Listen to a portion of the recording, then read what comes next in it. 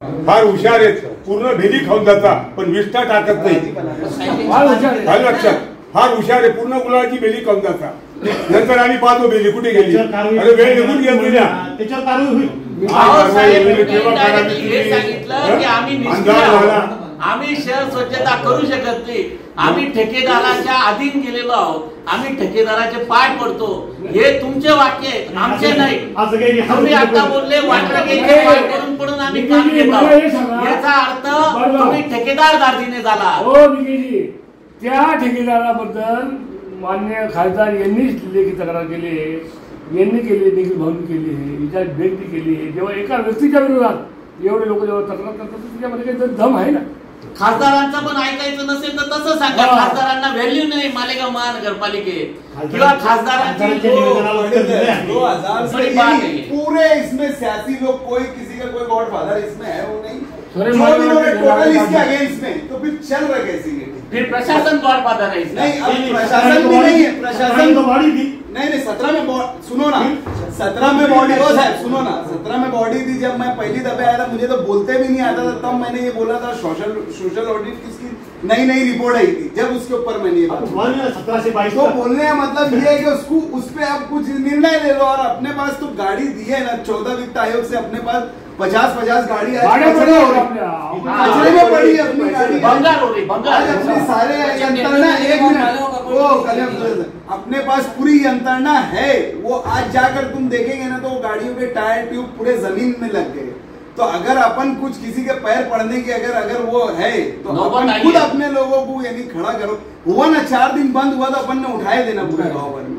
थोड़ी सी और यंत्रणा बढ़ा लेने का. अगर तुम 1 साल का इनका ऑडिट करेंगे बिल की शक्ल में, अगर अपन बिल की शक्ल में इनका ऑडिट करेंगे और हिसाब जोड़ेंगे तो अपन अब आउटसोर्सिंग पे अपन लेबर लेकर और अपने पास जो यंत्रणा है उससे काम कराएंगे ना. तो मेरा ऐसा मानना है कि तुम्हारा पैसा अगर 1 करोड़ रुपया इस पे सालाना खर्चा हो रहा ना तो इसके अंदर तुम्हारा 85 ही लाख खर्चा होगा. मैं दावे से बोल रहा हूँ कि अपने पास उतनी गाड़ियां हैं साहब. तो गाड़ियां क्यों खरीदी गई थी? और 15 वित्त आयोग से गवर्नमेंट की तरफ से ही है गाड़ी अपने, ये अपन ने नहीं खरीदी. ये आई है तो अपन उसका यूटिलाइज ही नहीं कर पा रहे क्योंकि अपने पास उसका कोई हेड ही नहीं है डीजल डालने. वो अपना वो बंद करो ना, अपन वो सब बंद करो. जो अपन इनको पैसा दे रहे वो उसका यूटिलाइज इसके अंदर डीजल किसके ऊपर बुद्धि को उड़ा मारता. अरे नहीं ऐसा कहीं हो. सुनो 1 मिनट. बोलो मुझे बहुत ज्यादा अहो का आउटसोर्सिंगची आवश्यकता का बसली? स्वच्छ भारत मिशनचं जे निधी उपलब्ध करून दिलाय. जाऊ द्या, तुमच्या म्हणण्यावरती मी बोलतो.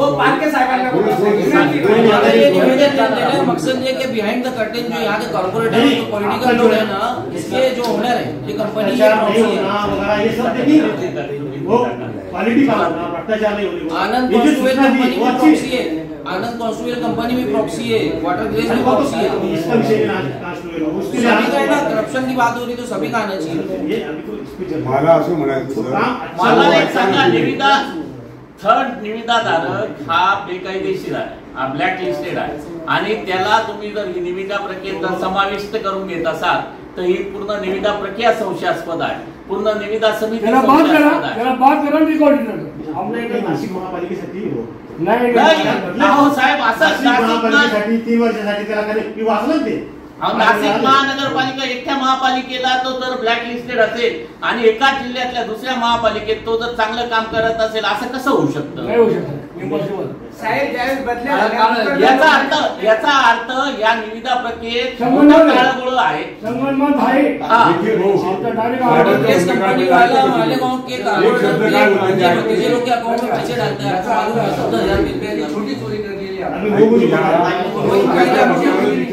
महापालिकेच्या निविदा समितीच्या आयुक्तांसहित मी तुमच्याकडे पण बोलतो आहोत, आयुक्तांसहित आतापर्यंत 7-8 महिन्यात जेव्हापासून टेंडर काढण्याच्या प्रोसेस सुरू झाली आहे त्याच्या अगोदरपासूनच्या आतापर्यंतच्या सगळ्यांची एसीबीची चौकशी झाली पाहिजे. कारण हा सगळा जो विषय आहे हा फार मोठ्या भ्रष्टाचाराला जन्म देणारा विषय आहे. भ्रष्टाचार काय झाला याच्यामध्ये? याच्यात प्रचंड भ्रष्टाचार आहे. काय झालं? सर बेमानी म्हणजे भ्रष्टाचार नाही वाटत तुम्हाला? तो एकच ट्रॅक्टर 10 वेळा फिरवतो. नाही, मागचं सोडून द्या. नाही, असं नाही, मागचं आता चालू आहे, चालू आहे, चालू आहे, चालू आहे, कारवाई करू साहेब, हे चालू आहे, आता चालू हे आहे. वाटेचा लोक आहेत ते लोक इथे इथे चालू आहे, चालू आहे. तुमच्या ज्या मागण्या आहे ना, कर्मचारी कसं काय तुम्ही म्हणता? शासन केलं पाहिजे. चालू आहे आता. तुमचा तो एक विचार चाललाय. एकही ट्रॅक्टर 10 ते पण मागणी असते. श्वेतपत्रिका पण काढली पाहिजे. श्वेतपत्रिका काढू.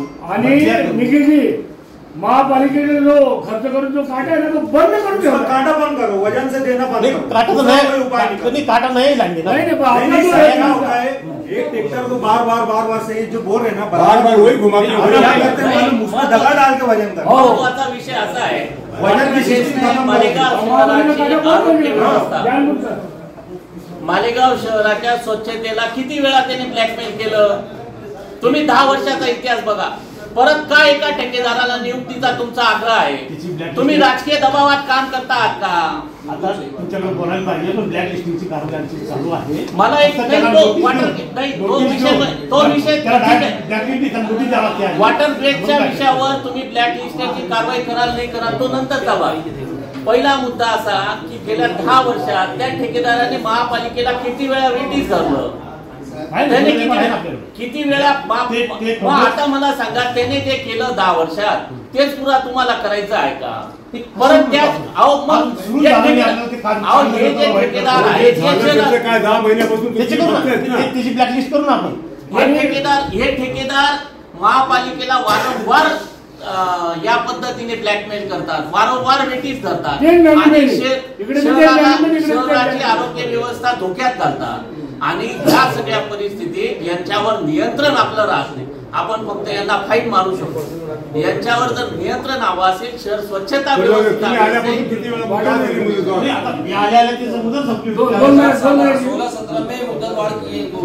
मला काय म्हणायचं, तुम्ही आल्या एक प्रयोग करायला पाहिजे होता ना. आपली महानगरपालिका सक्षम आहे का नाही, आपण करू शकतो का नाही, एखादा प्रयोग तर करा.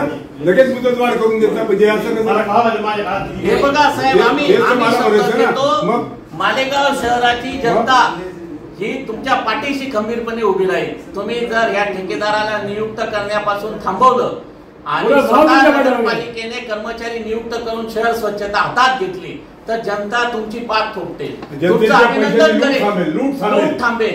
प्रयत्न केला चांगलं नाही केलं ठेकेदार नियुक्तीचा काय प्रयत्न केला पाहिजे? ठेकेदार नियुक्ती रद्द करा ना. ठेकेदार नियुक्त करता आपण जर महापालिका कर्मचाऱ्यांमार्फत जर काम करून घेऊ शकत असू तर ठेकेदार नियुक्तीचा आग्रह करा. तुमचा आग्रह हा संशयास्पद मुदतवाढ देता ना, मग तुम्ही त्या मुदतवाढ देण्याचे तुम्ही स्वतः प्रयोग करून पाहा. सक्सेस होतो का फेल होतं? तुम्ही एकदा ठेकेदार नियुक्तीऐवजी महापालिकेने स्वतः स्वच्छता हातात घ्यावी. तर आम्ही स्वतः म्हणून त्या ठेकेदार आणि तुम्ही जर आज ठेकेदार नियुक्तीचा आग्रह धरला सांगितलं हा कचरा पडलाय, आमचं काम नाही, चालला पुढे तू, आणि पुढे जाऊन दगड टाकून घेतो. हे उघड डोळ्याने आम्ही पाहतो. सन्माननीय पालकमंत्री महोदयांनी या संदर्भात कचरा डेपोवर जाऊन काय परिस्थिती आहे काटे घेतले, दगड निघाले. स्वतः सन्माननीय पालकमंत्री महोदयांनी कचरा डेपोवर व्हिजिट मारून ही सगळी परिस्थिती ओपन केलेली आहे. आमच्या सारख्या कार्यकर्त्यांचा विषय जाऊ द्या. मग काय चाललंय? आणि ठेकेदार नियुक्तीला आग्रह का महापालिका प्रशासनाचा? जैसे अभी इन्होंने बंद कर दिए थे वाटर ग्रेस, चलो जितनी अपनी गाड़ियां है ना, और 1 महीने का एक ट्रायल बेस ले लो. वही बात कर एक ट्रायल बेस पे एक वो आउटसोर्सिंग का अपन खुद कर लो, जो उनके लेबर है उनको अपन ले लो और अपनी गाड़ियों से चला कर देख लो. आज ये बोलते 200 टन हम कचरा उड़ाते हैं. मेरा अपना मानना है अगर 200 टन कचरा शहर में से उठेगा ना तो ढूंढने से कचरा दूसरे दिन इनको दूर कचरा ही रहता वैसा. अच्छा सुनो, हाँ, जो साहब आते ना हमेशा अक्सर ये जो मैला पानी और वो जो भी कत्ल खाने का इधर आता है इनकी कंप्लेंट, ये पूरा कचरा अपन खुद उठाते. ये वाटर ग्रेस कंपनी नहीं उठाती, महापालिका खुद उठाती, जबकि ये कचरा भी उनको उठाना चाहिए. सही है. समझे क्या? और 200 टन कचरा और उसके बाद भी उनके पास 200 टन क्या बोल रहता कचरा